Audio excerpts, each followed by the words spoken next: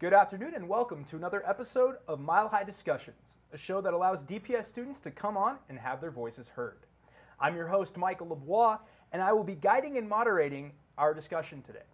Today's topic will revolve around the theme of time. But before we get started, let's let our guests introduce themselves, starting with Thomas. I'm Thomas. I'm from East High School. My name is David. I'm a senior at East High School. I'm Andrew. I'm a freshman at East. My name is Giselle Ortiz. I'm a senior at the Denver Center for International Studies. Thank you guys for joining me today and you giving me your time. Really appreciate that. So we're going to cover a couple of questions today, and in that process we're going to discuss the concept of time. The first question I have for you guys today is a topic that has kind of been discussed over and over for the last few years. Should the average school day start and end at a later time? No, it shouldn't start at a later time. Personally, for me, it's because I'm a morning person, so I can get up at 7:30, 6, be really happy with life, and then around like noon to like 2:30 to 2:45 when it ends, I'm done. Like I'm ready to go home and do nothing. So no. You're a rarity then. I would definitely agree with Thomas, and that is although I hear a lot of my peers saying the school day is very rigorous in the fact that it starts so early. I think it's really important that you kind of get that prep for the rest of your life. Going to work, your boss isn't going to say, oh, you can come in around 9. I think that's reasonable. They're going to say you need to be here by 6. It's time for work. I think that despite research showing that a lot of young adults and youth don't get their full 8 hours, which is a normal sleeping cycle, even if we were to push school starting times later, I think that we wouldn't go to sleep earlier. We just stay up later doing other stuff. And for me personally, I'm a morning person as well, so I would get up early, do the stuff that I normally habitually do, and then go to school and then do my later activities.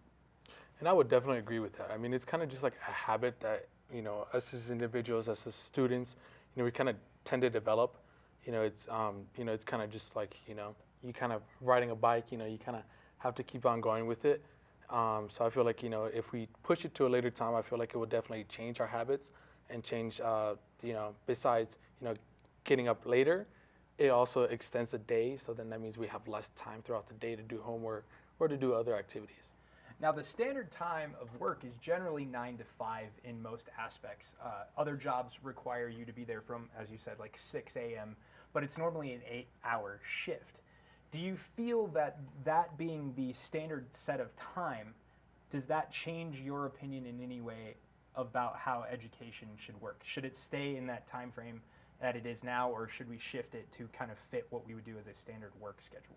I still would stick with my opinion in saying that the school day as it is now is well rounded, and mainly because regardless of the hours, we all still go home with homework and schoolwork, and so even if we were to go to school later, like she was saying, we would still have time before school in which we would most likely utilize to do homework or something else. And even if the normal traditional workday is from 9 to 5, a lot of if you're a parent, realistically, you have to get up earlier by latest 7. You need to get up, give your children breakfast, take them to school, maybe run an errand up to the grocery store. So. Well, it'll be interesting to see because Cherry Creek, I think, oh God, I don't know how long this was, but I'm gonna go with a couple months ago. Did up their school hours. Like elementary is another extra 30 minutes. Middle school is an extra 30 minutes, and high school is like an extra hour, so they start at 8:30. So, that's I think the first time that's been done here in Denver, Colorado at least, so we'll see what happens. And my middle school hours were upped by an hour and 15 minutes, actually, compared to most DPS middle schools, and honestly, at first it was an adjustment, but later after, it really didn't feel like anything crazy, so. And I mean, in my personal experience, I already have a job. I'm an intern downtown here in Denver, Colorado. And, I worked from 9 to 5. And I feel like, even just waking up that early in the morning, I feel like it still definitely gives, just a sense of, getting that early. Because, sometimes, we could tend to wake up late whenever we don't have schools. And I feel like that definitely changes. What is your internship, David? I'm a business analyst. I work for a company named Skillful, Colorado. And I just kind of working with data and kind of doing presentations and stuff. That's really, Nice. really cool. And is that what you want to do for your future? Yeah, I'm thinking about either marketing or business operations is kind of what I'm looking at right now. Fantastic. Andrew, you brought up an interesting point about homework. Now, homework doesn't change based on what time you go to class. Do you feel like they would have to lessen the load if they were to move it forward, or move it back? I think regardless, schools can say that they'll lessen the load, and my middle school actually did say it's a homework-free school, and that was not the case. What happened at my middle school is they said nothing's ever called homework, but all classwork that's not finished is homework. So what ended up happening is teachers would give us a larger load for a class period. We'd end up going home with some extra work from then, and honestly, I don't find homework too hard to finish, regardless of the hours. I think if you had an 8-hour period any time of the day, regardless of the time of the day, you're still going to utilize your outside hours to finish that homework or any extracurricular activities you might have going on. And there's a saying that the early bird gets the worms, and especially as we grow older, I know that starting your day earlier, for example, we go to school starting from 7:30 or 8, you can finish your classes, especially if you're upperclassman, by noon, and then head over to work. And you still have time to go home, do your business, and then do your homework. Do do anybody else have a job or internship on top of going to school right now? Yeah. What do you do? So I work for DPS Student Board of Education, and I also have my sales associate job. Fantastic. And then my parents actually own their own business, and I work for them. Mostly on the weekends, I'll work 8-hour shifts. So that can also affect your time and availability. And for that's school. that's all in the store. It's just a retail job. So Fantastic. Well, speaking of the freedom or free time that we carry, the next question I have for you is freedom and having free time the key to happiness? And can money buy happiness? I would agree with the statement that free time contributes to happiness, and I would disagree with the statement that money buys happiness. I think that free time lessens stress, and I think whenever I get stressed, it's always about time. Am I going to be able to finish this on time? Am I late? That's what really gets me stressed out. So if I were given that time, I would be totally happy and fine with what's going on. However, when people say money buys happiness, I think that they find that that might be right in this country where money is such a big topic and it really controls a lot of aspects. I think that it doesn't contribute, however, so much to happiness because happiness is feeling based, whereas money will buy physical things, and experiences may contribute to happiness. But again, you can always negotiate, and I think that's where money is kind of a sore spot.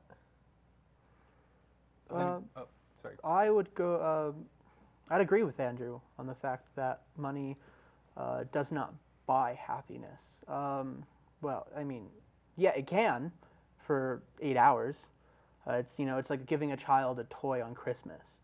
He'll play with it for that day, and then he'll put it in his toy box and never touch it again. So for that that day there was happiness, but I don't think it can buy pure happiness, eternal happiness. Do you find that the function of free time can contribute to happiness, though? And do you have any free time? Is, I guess, another question. I usually have some free time, primarily on the weekends, and I'm genuinely happy then. Not all the time, but most of the time I am. So to some sense, yeah, I would say that some free time. I feel like if your life was all free time, you wouldn't be happy because then you're just always doing nothing. I feel like you have to have the rigorous of a job or something to look forward to come home, to have that free time. For me, primarily, I like the concept of staying busy and being involved in my community and just spending time doing stuff that I like to do, because I know that a lot of youth, when they have the free time and they don't have a direction with their free time, they end up getting influenced by other friends who are involved in drugs or not doing the correct thing to lead their life in the right path.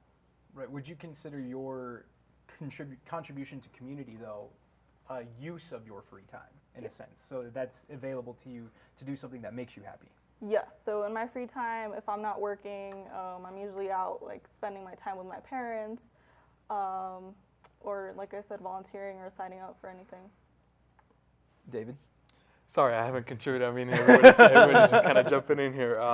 But yeah, no, I would definitely agree that free time just kind of have a sense like to give us happiness.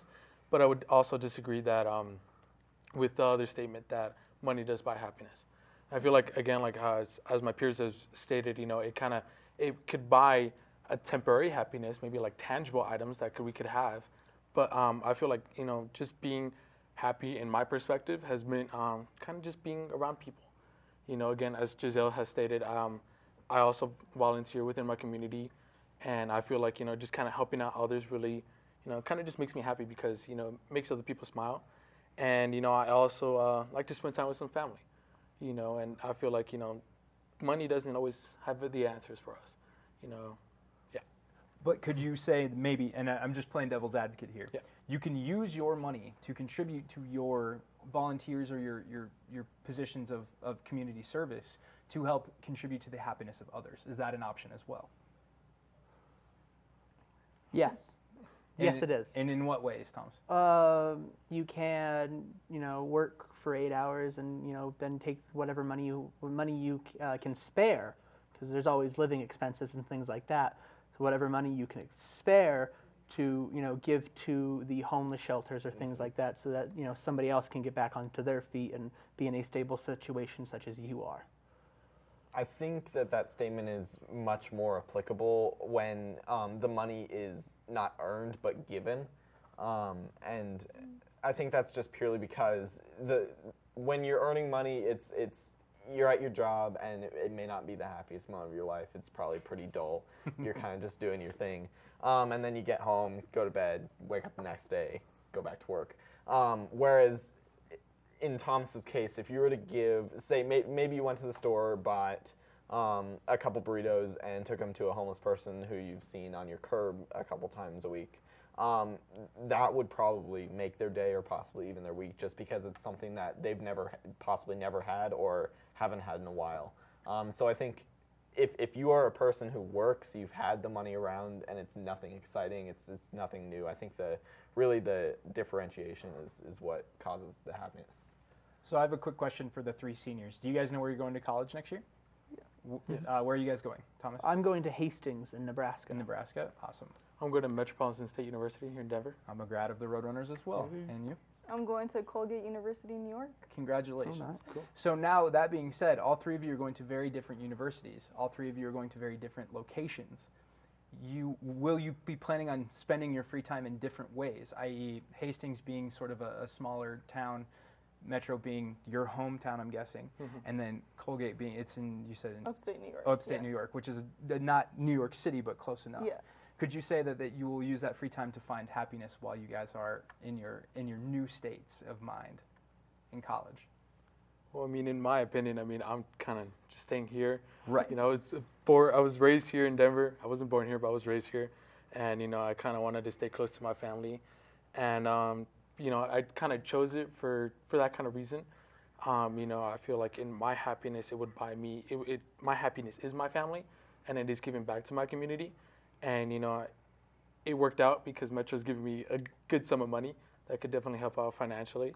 But, you know, I feel like if I were to move somewhere else that is not to my hometown, I feel like I would definitely try, and I probably still will try, to find new ways that I could, you know, help out and kind of be happy with my life. I was different. I love my family, like David, but I wanted to go out and, you know, kind of spread my wings and do something. So I probably will. I mean, we'll see what happens. You know, the future is uncertain. I consider myself a global citizen of the world. I don't like to belong to a certain place. I love to travel. That's something I did over spring break, and so I wanted to expand my horizons and go to New York. And I know that even if I end up staying in New York, I also want to explore what surrounds me around the world while I'm doing what I love most, which is learning to pursue my career. And Andrew, do you have any aspirations for your future as a freshman, freshly in high school? Are you already looking forward to what you want to do in the future? Well, unlike them, I don't have a concrete plan, but I have a couple different career paths that I'd like to go down, and a lot of them do involve people. I'm a big extrovert. I like being around people, and that's again really what I fill my time with. And so, one of those careers may be architecture, and that's small scale architecture, meaning small apartments for people who can't afford the big apartments that a lot of people live in, or big houses. And then also I've thought about owning my own business, and I don't know which type of business I want to own yet, but I like the idea of being around people and people coming in, and so. Fantastic. Well, we unfortunately have to take a quick break to give Emily Griffith their time and DPS, and we'll be right back after this. A lot of people think you have to be really good at numbers, and that's not really true. You do have to be good at solving problems. So we take students through all the basic fundamentals of accounting and hope to give them enough skills to go out and work in an entry-level accounting position.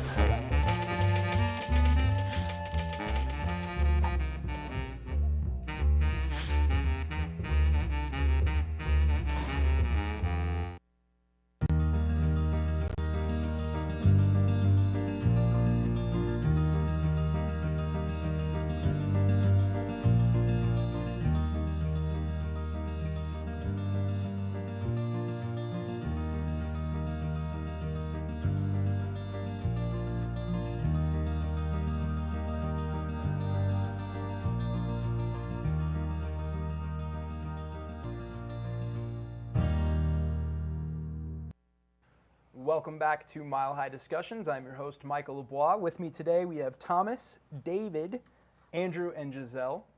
It's wonderful to have you guys with us. Thank you for sharing your time with me again today. I have a final question for you guys, and this one is an interesting pop culture question. What current musicians do you think will stand the test of time? Wow. Define the test of time. So, for instance, some of the artists that have survived my generation would be like Metallica, or think about like the Beatles or the Rolling Stones, stuff that are permanent, that will like be historic forever. I feel like a lot of the musicians you just, I guess, I'm spacing on the word, but you just named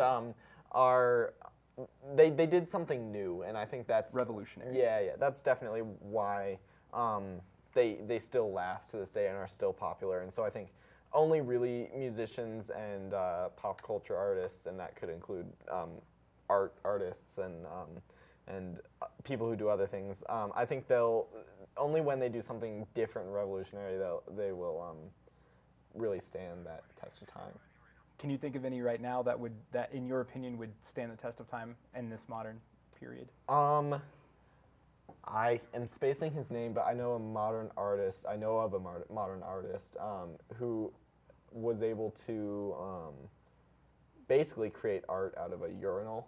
He put a urinal on the table and called it art, and I think that was new. Yeah. And so I think that will always be recognized. It may not be as huge as the Beatles, but I think it will be remembered and still part of daily topics. Does anybody have any like musicians or even genres that will last the test of time? I have two musicians. Well, they're bands. Okay. One is I actually went to school with these guys. Use the Sun. They're doing really interesting stuff with their music, and I thoroughly enjoyed them. And the other one, and I'm not saying it because I'm a fanboy, but it's a band called Foxing, and I think they're doing something really new and it's interesting, and I'm really enjoying what they have. I've actually heard of Foxing. Yeah. I actually agree with you on Yeah. David's looking at you. Oh, I mean, I don't know. I mean, as bands come, I mean, I'm not really in the American kind of type of music. That's fine. Do you You think know. anything that you listen to though could stand the test of time in any culture? It doesn't have to be American or or anything. It could be anywhere in the world, because there are artists all over the world that are iconic forever that we don't even know about. Well, I feel like, I don't know. I'm not much of a big fan of rap, but I feel like, rap has definitely changed over the years. It went from, to Ice Cube, I forgot his name for a second. It went from Ice Cube, from Snoop Dogg, from Tupac, and now we're going to The Weeknd. And I feel like that's definitely changed. I don't know if it could be revolutionary. It's kind of different. It's kind of more like a, I don't know, like beat more. It's kind of more beat than, kind of like telling a story. But, I feel like it's definitely changed, and I feel like that might possibly stick as well. I think somebody that is definitely here to stay right now is Beyonce. A lot of people glorify Beyonce, especially with her new pregnancy, and she's always, every new album has something new for us and something amazing, so. What about artists who are sort of controversial, for instance, like a Kanye West?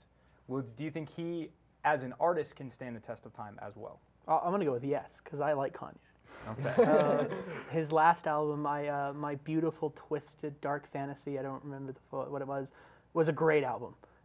You're right, you nailed it. I loved that album. I thought that was such an amazing album. And then he comes out with Bound, and I was like, so he's got his ups and downs, but I think if he produces things to his heart, I think he'll stay. I think generally artists that continue, I think also like on top of new things, I think that older things that are kind of fading will pop up again. So I think artists that continue to use real instruments versus electronic, I guess. Do you think, would you say like electronic dance music or something of that genre will not stand the test of time because it's not natural music with instrumentation? Yes. I would have to disagree with that. And I feel like, I don't know. Like, there's a lot of, electronic, beat music, like DJing or kind of rave parties, and that's been going on for a while. And I feel like definitely like, I wouldn't say that it would stay, possibly. It's, again, I don't feel like anything was possibly revolutionary, maybe comparing back to the instruments part. But I feel like it's definitely like it right now. Again, like as I noticed, like The Weeknd, it's definitely, or like Drake, they're always using those kind of beats, new beats. It's kind of not just pure a cappella anymore. And I feel like that's definitely changed. And I feel like I feel like we might continue on in that way. But I don't know if it would stay for a long time as the original rap did. I think that Kanye definitely has a possibility of taking his music into future generations, only if he can rectify his personality, maybe tweak it a little bit right now so that it can live on. Right. Do you think, though, that maybe that persona is the reason he is able to produce as much as he has? I think it damages his person and the great success potential that he has, because he has a lot of this youth population listening to his music. However, they can't necessarily relate to him or follow his steps because of what he's doing and what his personality is like. Right. But do you think that can maybe, like that personality part of him, can that sort of continue to push his brand forward? Granted, you're stating it perfectly that it's a negative, but can that still progress him forward? Even if his personality is in a bad shape, can his talent overshadow his personality? Yes. So I think that his personality definitely makes him stand out. However, I think that because of how much is going to stand out, not a lot of newer generations are going to start following him, and there's going to be a lot of new artists that are going to come in. They're both successful and they love their music, so I think he's going to get overshadowed by those new artists. Fantastic. Well, it looks like we're running out of time, but before we go, let's give our students an opportunity to share their final thoughts on the concept of time. So take your time, let everything you need to get out. Thomas, go for it, bud. I'm just gonna go back and go with that. I'm like, we have Little Yachty now, or I think that's his name. Like, I listen to his music, and it's the words of a third grader. And in between every third word of a third grader is the F word or something. But you listen to Kanye, and he might have one song that's like that. Recently, Runaway on that album was such a great song, and that wasn't written by a third grader. And so I think that, yes, his personality might be negative. I think that it can propel him and do anything. Okay. Do you have any other thoughts about time as a function, if it's important for free time or school, or No. just in general? No? Time's good as it is. Time's good as it is. David. Well, in my personal opinion, I feel like, as we stated before, time, money cannot buy happiness. I feel like maybe people still don't understand it, maybe, but I feel like I know that there's a lot of people who have and can really see past that. I feel like, as a society, society pushes us to go to name brands or, just to kind of have specific jobs or, cars or kind of just tangible items. And I feel like that kind of places it into, whether or not we have fun or whether or not we have a sense of happiness. And I feel like that's definitely, hopefully it changes, hopefully society can definitely change that. But I feel like that's definitely what we should be going to. Andrew. I kind of feel like successful people in this day have managed to figure out how to manipulate time in their favor, and I think that's an important thing for scholars as we are, just in general. So that's what I think. Fantastic. And Giselle?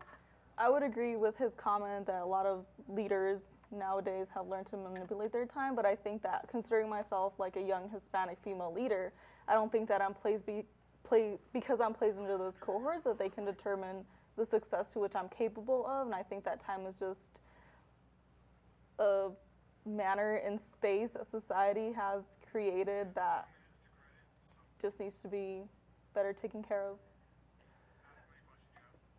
Do you guys have any questions for me, I guess, about time function in what I do, I guess, if we could go that far? What do you think?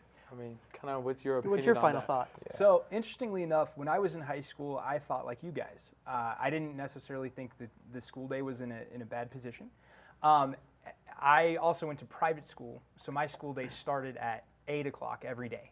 And it didn't change unless we had a service or something we had to do. With that being said, when I came to college, I got to select my own schedule, which is the interesting aspect of growing up. You get to choose your own schedule for college. And I still chose early classes because I function better in the morning. And it gave me the afternoons to work because I had to work my way through school. That being said, as I'm older now, time management is the most important thing that you can do. You have to balance your time and find free time, whether it's working with people or finding a way to enjoy a baseball game or, a little time to yourself even. I mean, I'm in media, so I'm around people all the time. And Andrew, you said you're an extrovert. I'm an introvert. I love being around people as much as I can, but I gotta take it in sometimes. But time is very important, and we need to just be able to manage it. And you guys are fantastic at it seems like, managing your time well between education and everything. So thank you guys for coming in today. Again, I'm really sorry. It caught me off guard. Thanks again to Thomas, David, Andrew, and Giselle for coming in and sitting in today. And thank you for joining us. This has been Mile High Discussions, and we'll see you next time.